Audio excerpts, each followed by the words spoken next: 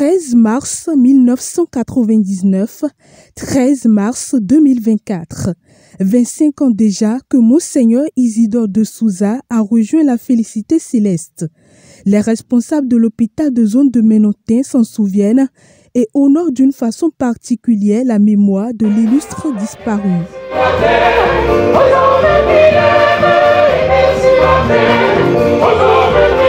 À travers une messe catholique célébrée dans l'enceinte de cet hôpital, personnel soignant, membres de l'administration, patients et invités ont prié pour le repos de son âme.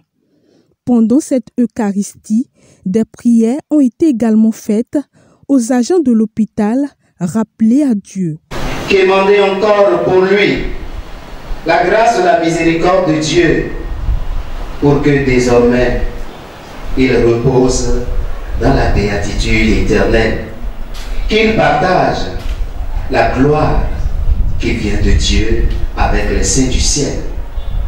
Chers frères et sœurs, c'est dans ces intentions et en communion aux intentions les uns des autres que nous voulons offrir ce sacrifice eucharistique. À l'occasion de cette commémoration du 25e anniversaire de décès du prélat, le directeur général Patrick Zantaï a animé une conférence débat. Dans ses interventions, il a énuméré quelques-uns des hauts faits de l'homme, notamment son rôle dans la création et la gestion de cet hôpital, sa pensée mais aussi sa pertinence pour le temps d'aujourd'hui. Il a joué un rôle très important. On peut se demander, Menontin peut exister sous une autre forme, mais Menontin n'aurait jamais existé sous la forme qu'on connaît aujourd'hui sans Monseigneur Isidore de Souza. Et il a eu à travailler, et fort de ses expériences, de ses acquis, les institutions de Bretton Woods surtout lui ont fait confiance.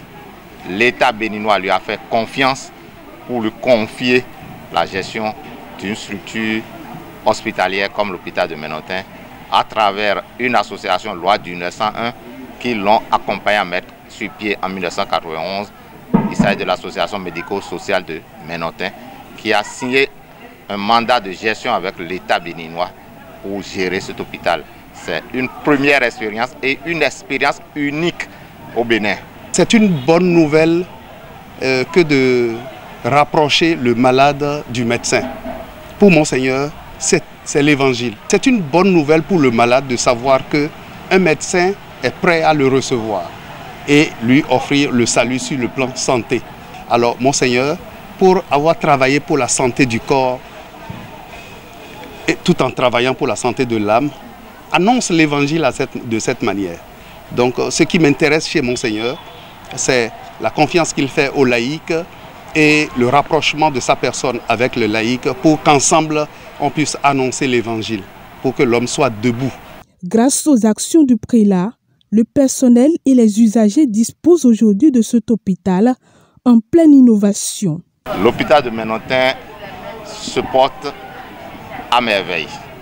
À merveille parce que son objectif de départ, qui est d'offrir des soins de qualité aux couches défavorisées, se poursuit.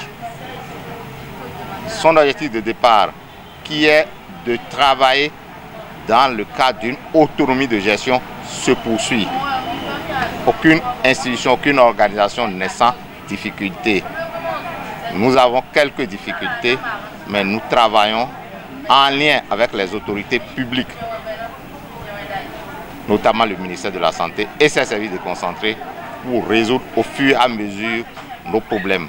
Rappelons que dans la matinée du mercredi 13 mars 2024, le personnel de l'hôpital de zone de Menontin est allé se recueillir sur la tombe de Monseigneur Isidore de Souza pour non seulement se souvenir d'un grand homme de Dieu, mais aussi d'une icône de la paix au Bénin.